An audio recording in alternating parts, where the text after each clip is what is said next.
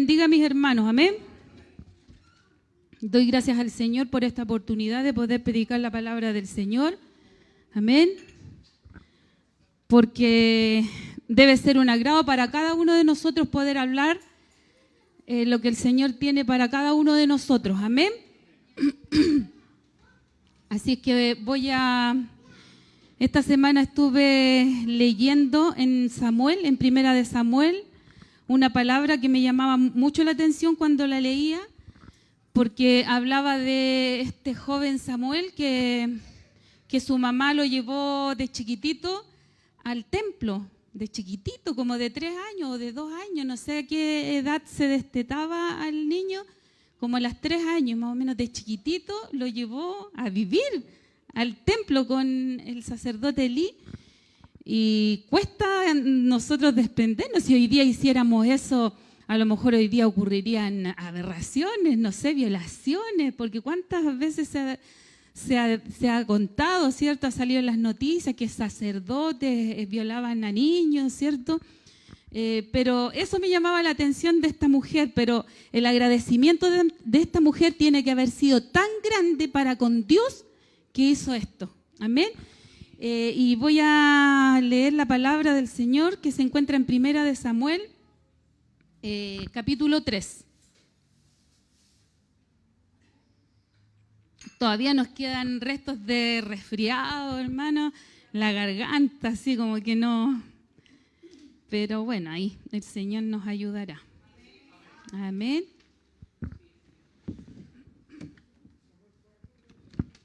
Primera de Samuel, capítulo 3, y vamos a leer algunos versículos.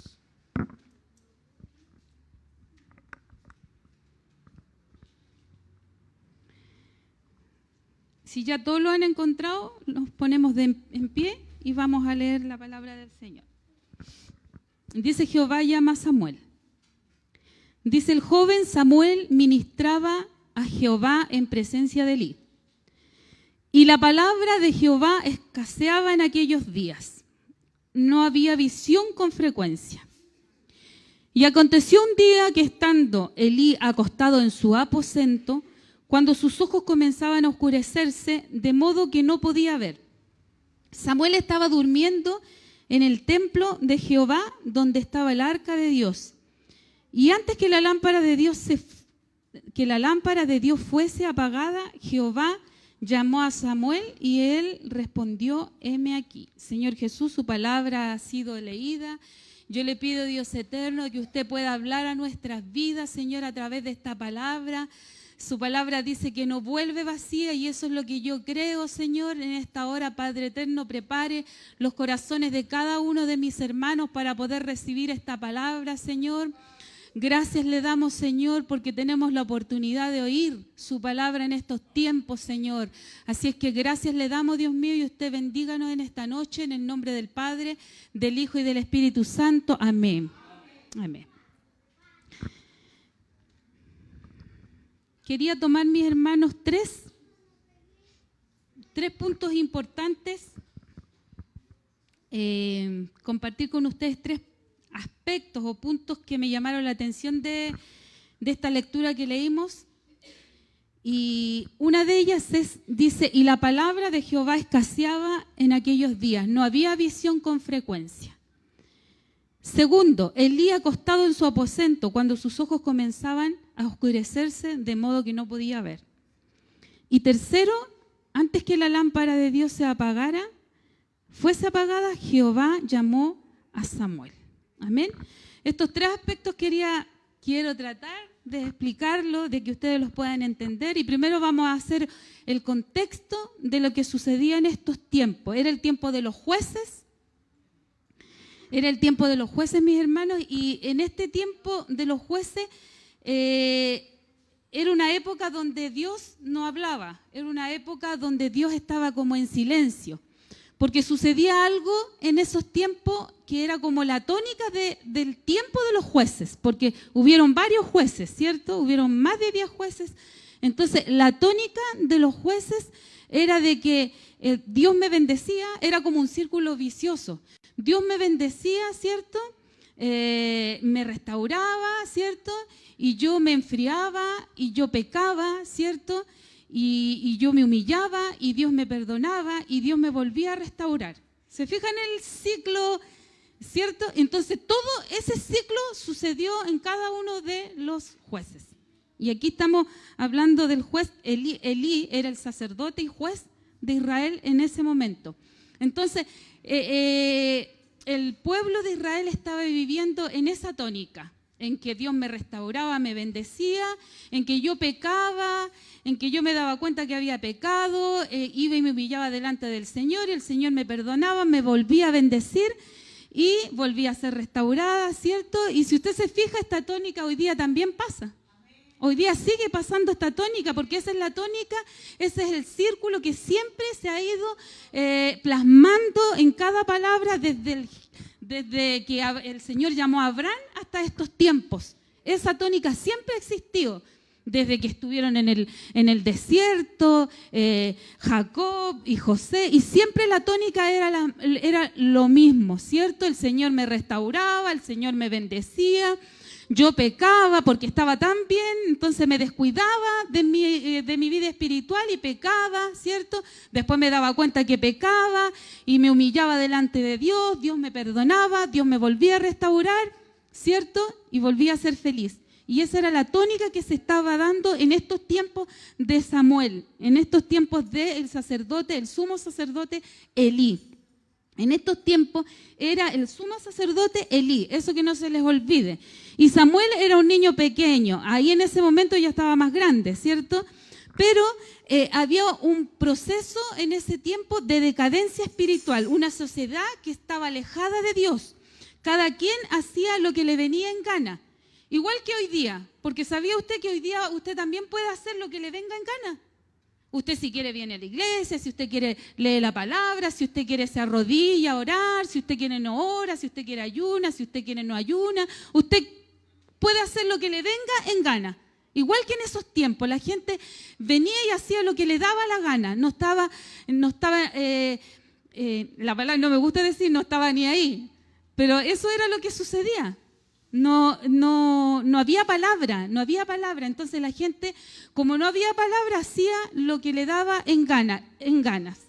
En Eclesiastés 11:9, el Señor habla a los jóvenes y dice que los jóvenes, no quiero que lo busquen, pero en Eclesiastés 11:9 dice que los jóvenes disfruten de su juventud, sean felices, sigan los impulsos de su corazón y gócense en la vida. Pero tengan presente y no olviden que en un momento Dios nos va a juzgar por todo lo que hacemos. O sea, yo puedo hacer lo que me venga en gana, pero un día Dios nos va a juzgar por lo que hemos hecho. Entonces eso es lo que nosotros tenemos que tener cuidado. Y en esa época la gente hacía lo que les daba la gana, caminaba como ellos querían. Pero había un problema ahí. La palabra del Señor es clara, dice, y la palabra de Jehová escaseaba en aquellos días y no había visión con frecuencia. Y el relato inicia con esta afirmación, y la palabra de Jehová escaseaba en aquellos días. Esta es una afirmación y no había visión con frecuencia. Y esto, mis hermanos, es grave. Porque hoy día sí tenemos palabra, hoy día tenemos palabra de sobra. Usted se mete a YouTube, usted se mete a la radio, usted se mete a Instagram, pero hay montones, usted por donde quiera hay palabra de Dios, encuentra palabra de Dios. Pero en esa época dice que la palabra escaseaba, y por ende no había visión con frecuencia, ¿cierto? En los tiempos de Samuel no había Biblia como esta. No había una Biblia, solamente existían los 5 primeros libros y tal vez Josué, ¿cierto? También, eso eran los escritos que estaban en esa época. Y que ahí estaba el sacerdote Elí con esos escritos, con la ley de Moisés, con Josué, ¿cierto? Eso era lo único escrito. Y si Dios quería hablarle a su pueblo, tenía que ser por medio de alguien. En este caso era el sacerdote, que en ese tiempo había, que era Elí. Es por ese sacerdote Dios hablaba al pueblo, así como habló Moisés. ¿Se acuerdan que Moisés también, a través de Moisés, Dios le hablaba al pueblo? Entonces, si Dios quería hablar, quería referirse al pueblo, quería intimidar con el pueblo, tenía que hacerlo a través de este sacerdote, Elí. Pero ¿qué pasaba? Dice que la palabra de Dios escaseaba. ¿Por qué escaseaba la palabra de Dios? Si había un sacerdote, había alguien que representaba, ¿cierto?, al Señor frente al pueblo. Pero aún así la palabra escaseaba. Y por más que Dios quisiera revelarse, ¿cierto?, tenía que hacerlo a través de este sacerdote. Dios necesitaba comunicarse de una forma directa con el pueblo, pero no había un profeta a través del cual el Señor pudiera revelarse. Qué raro si estaba Elí, pero no había. A pesar de que estaba Elí al frente, la palabra de Dios escaseaba. Cuán importante, mis hermanos, es la palabra de Dios. ¿Qué haríamos sin la palabra de Dios? Porque la palabra de Dios es la que nos guía, la que nos enseña, la que nos dice por esa puerta tiene que entrar, la que nos dice por ese camino tienes que caminar, por ese camino tienes que seguir. La palabra de Dios es mi norte. Sin la palabra no somos nada. Y dice que la palabra escaseaba. El domingo predicaba el pastor y dice, aunque se seque la hierba y se marchite la flor, la palabra de Dios permanece para siempre. Hoy en estos tiempos nosotros debemos de dar gracias a Dios porque la palabra permanece para siempre. En esos tiempos significaba que Dios tenía que hablar por medio del sacerdote Elí. Pero algo estaba pasando con este sacerdote, algo estaba pasando en el tabernáculo, algo estaba pasando en el templo con este sacerdote.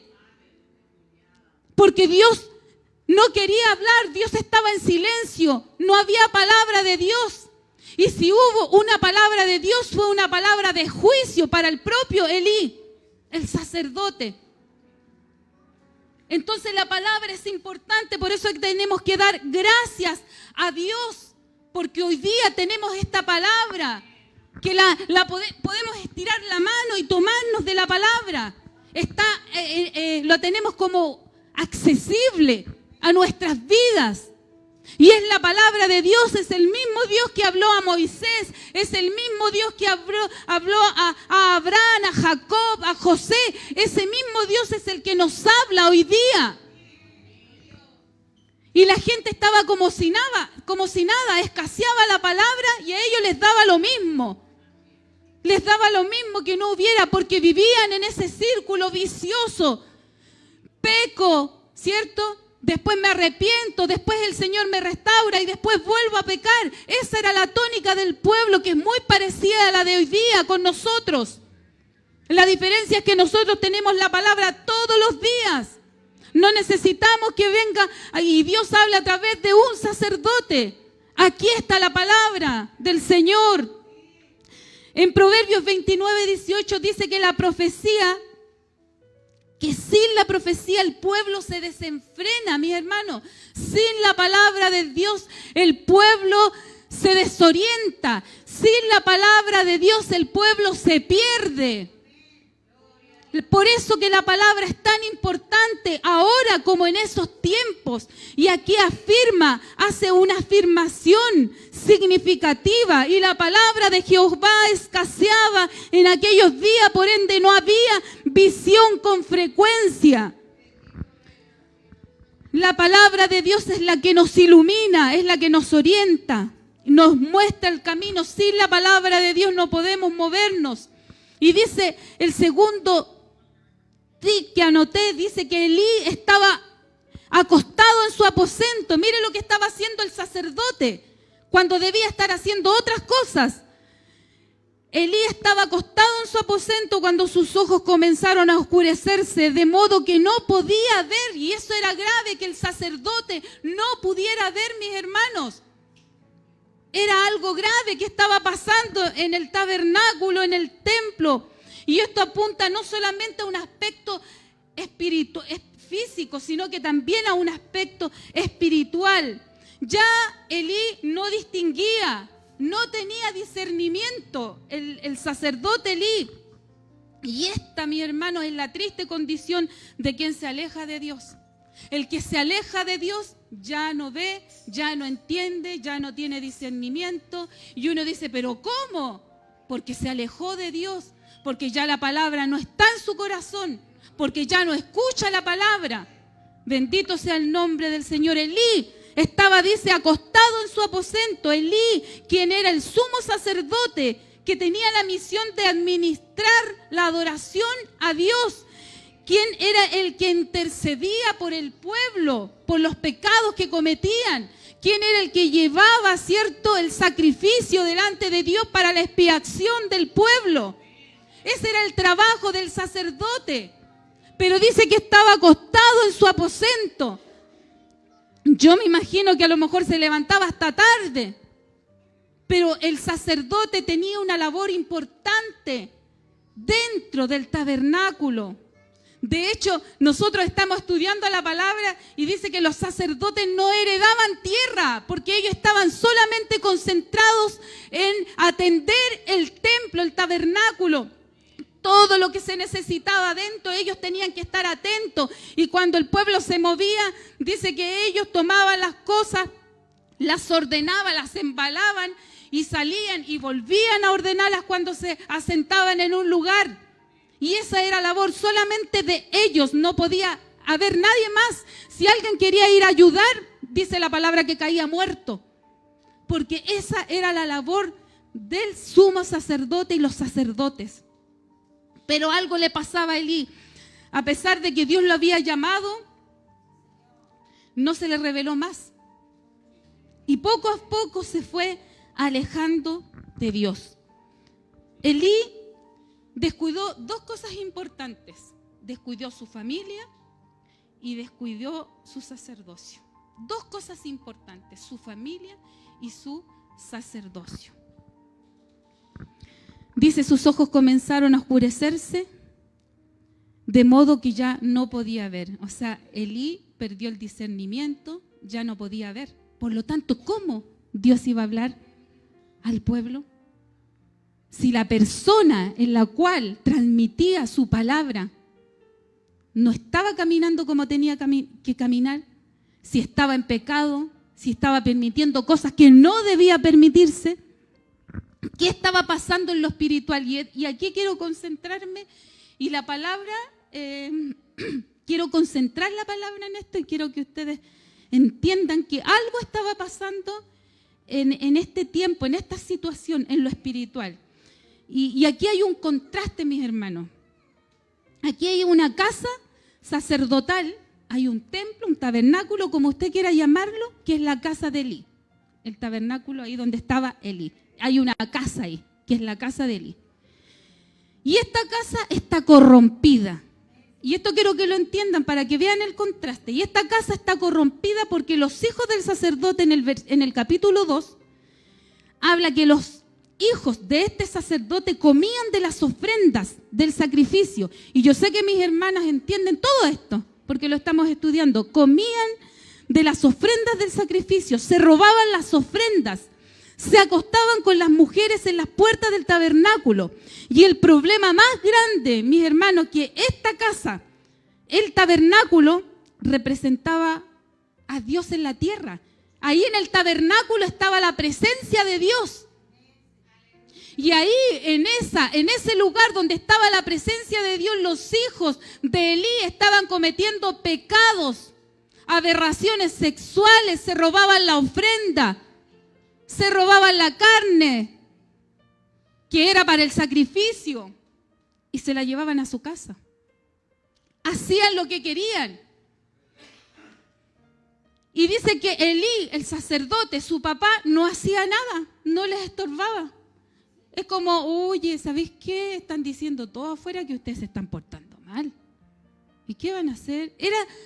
A mí me daba la impresión de que no tenía carácter, había perdido hasta el carácter Elí, porque cuando Dios lo puso como sacerdote, Elí, si estaba ahí como sacerdote porque tenía las cualidades para estar en ese lugar, tenía las cualidades para estar dentro del tabernáculo, para prender el incienso, para poner aceite en las lámparas, tenía las cualidades para estar en ese lugar.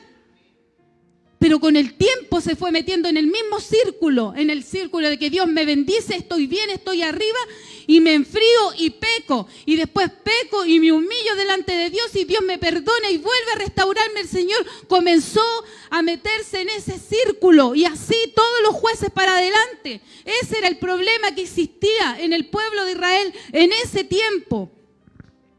Entonces era una casa que estaba corrompida, la casa de Elí estaba corrompida, ya no había nada que hacer porque dice que Elí ya no veía, no discernía, no se daba cuenta, tanto así. Mire que paralelamente a esta historia, mientras esto ocurría en el tabernáculo, en el templo de Dios, había una mujer que se llamaba Ana. Mientras ocurría todo esto, cuando dice que la palabra escaseaba en aquellos días y no había visión con frecuencia, dice que había una mujer que iba todos los años al tabernáculo, al templo. Iba con su esposo Elcana, ¿cierto? Y la otra esposa Penina al templo. Y dice que todos los años iban al templo y ella iba a pedir porque no podía tener hijos. Y iba a pedirle un hijo a Dios. Todos los años iba a ese lugar. Dice la palabra del Señor que ella quería darle un hijo a su esposo. Y iba todos los años. Yo me imagino, Señor, este año, por favor, que sea el año en que yo me embarace y le pueda darle un hijo a mi esposo Elcana. Y no pasaba nada. Y al otro año volvía a ir caminando con su esposo y Penina.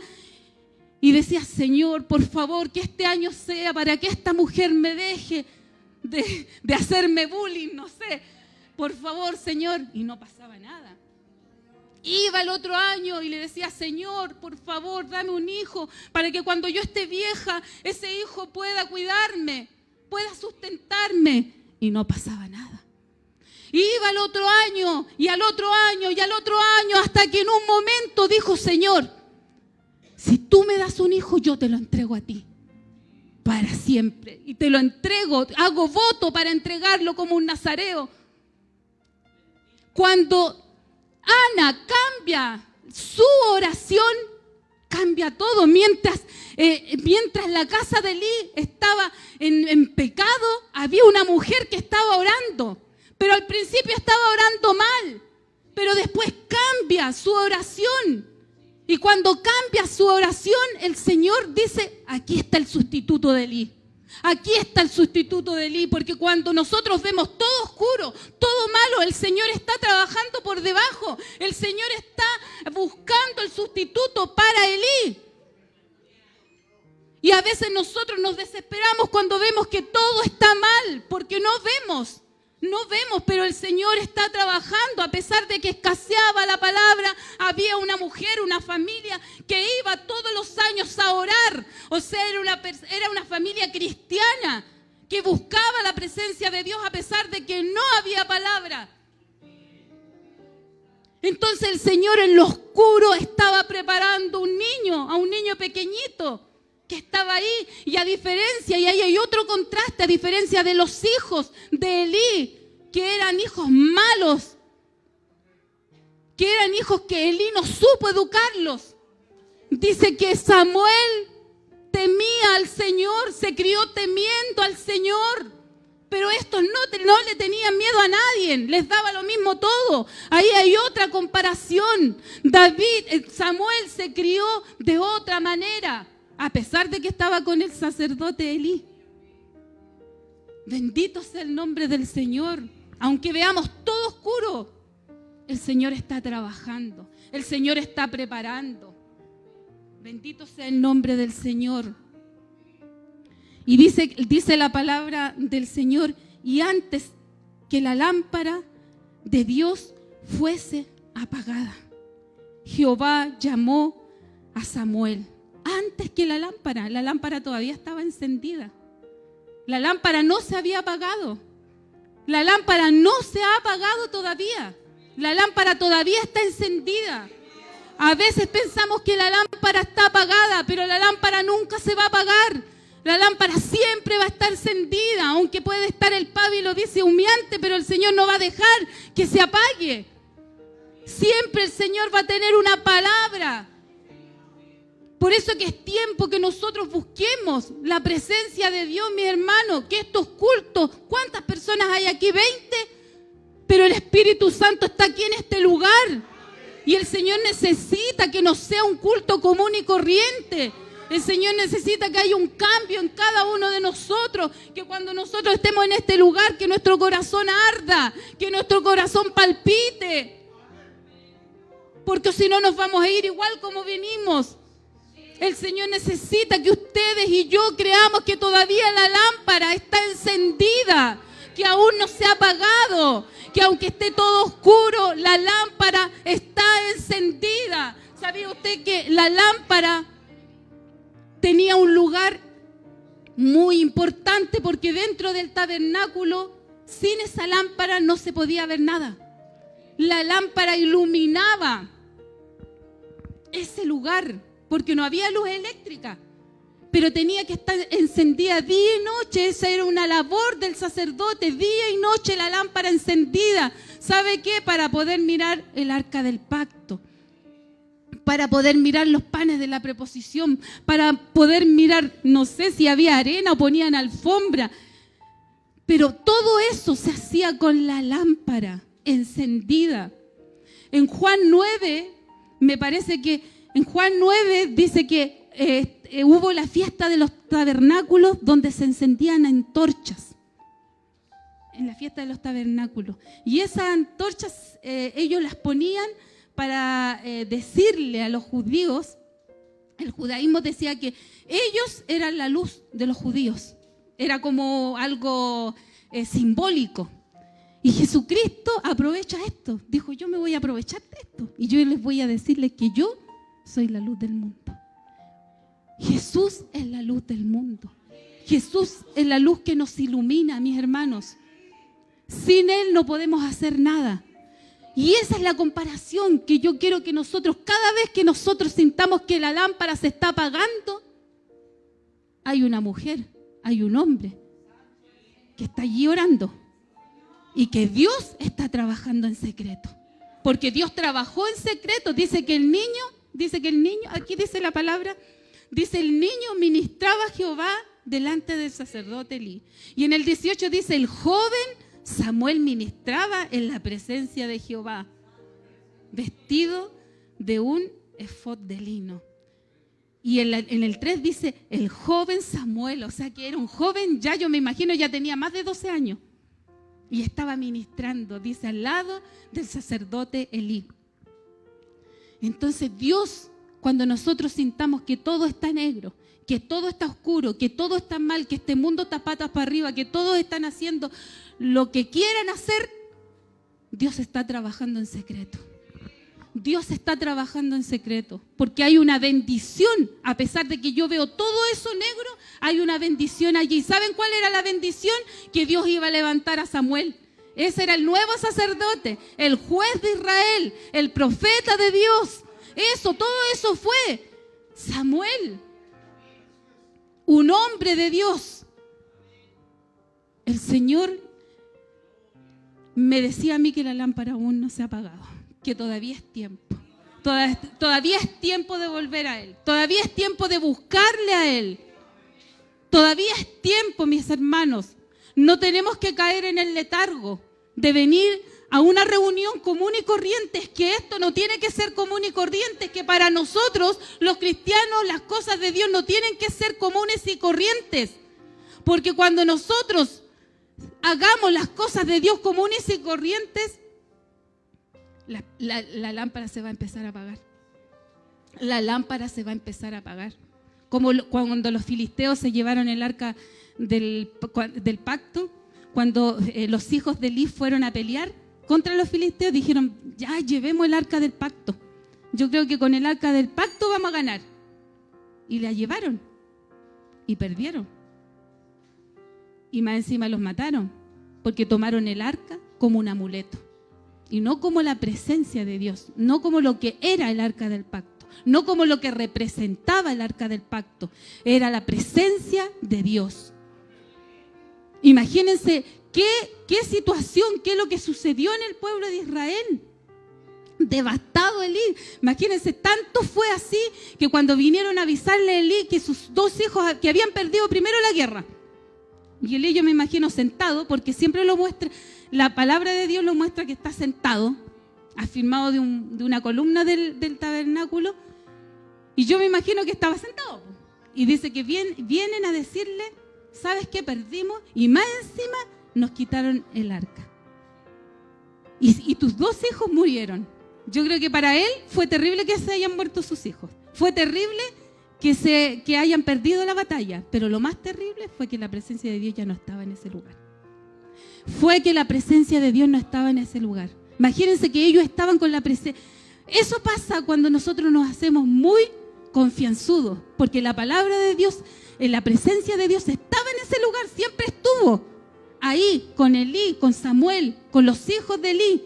La presencia de Dios estaba, pero cuando ya no estaba, la echaron de menos.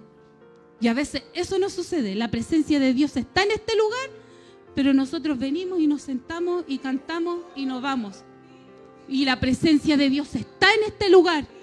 Y lo tomamos como algo común y corriente. Yo vengo al templo hecho de cemento, de palos, de vidrio, y canto porque tengo que cantar, y predico porque tengo que predicar, y pasillo porque tengo que pasillar. No, eso es tomar las cosas de Dios como algo común y corriente. Yo tengo que venir porque voy a cantar, porque voy a llevar al pueblo a la adoración, porque el Señor me está usando para entregar una palabra, porque aunque estoy pasillando, estoy haciéndolo para el Señor. Porque todo lo que hagamos dentro de la casa del Señor es para el Señor. Y a veces, ¿sabe qué? Caemos en la protesta. ¿Por qué tengo que hacer esto yo? ¿Por qué me mandan siempre a mí cuando debiéramos de correr? No importa que me manden siempre a mí me encanta. Me encanta, así debiéramos ser. Pero no somos así, protestamos. Y decimos, ¿por qué? Si cuando es para Dios, es para Dios. Y al final la presencia de Dios se vuelve algo común y corriente. Y por eso que en los cultos no pasa nada. Por eso que en los cultos los vamos más entumidos de cómo llegamos. Y con hambre más encima. Pura carne, carne, carne, carne. ¿Cierto? Pero si nos vamos llenos de la presencia de Dios, ¿cierto? No me suenan las tripas, quiero seguir aquí hablando de la palabra de Dios o cantando. Cambia la perspectiva, cambia la situación. Ya no es lo mismo. Y a veces pasan los días, pasan los años y volvemos a caer, igual que el pueblo, en el círculo vicioso, en la tónica. Estamos bien bendecidos con todo el power y de repente nos empezamos a alejar, nos empezamos a enfriar, ya no estudiamos tanto. Hoy día no estoy tan fervorosa para estudiar la palabra. Ay, es que he tenido tanto que hacer que no dejé tiempo. Y ahí uno puede caer, no sé en qué, yo no voy a decir nada, pero uno puede caer en algo. Y después caemos y decimos, oh Señor, perdóname pecado contra el cielo y contra ti, como dijo el hijo pródigo, ¿cierto? Pero te pido perdón y me humillo. Y lo hacemos de corazón. Y como Dios es un Dios amoroso, un Dios misericordioso, el Señor dice, te perdono y te voy a restaurar ya y te voy a levantar y vamos a seguir caminando juntos. Porque yo me imagino que Dios ya está como, ya se sabe así como disco rayado, ya no importa, hijo, ya, si tú sabías, yo sé que tú eres débil. Y yo me imagino un diálogo entre Dios y el hombre. Yo me imagino ese diálogo.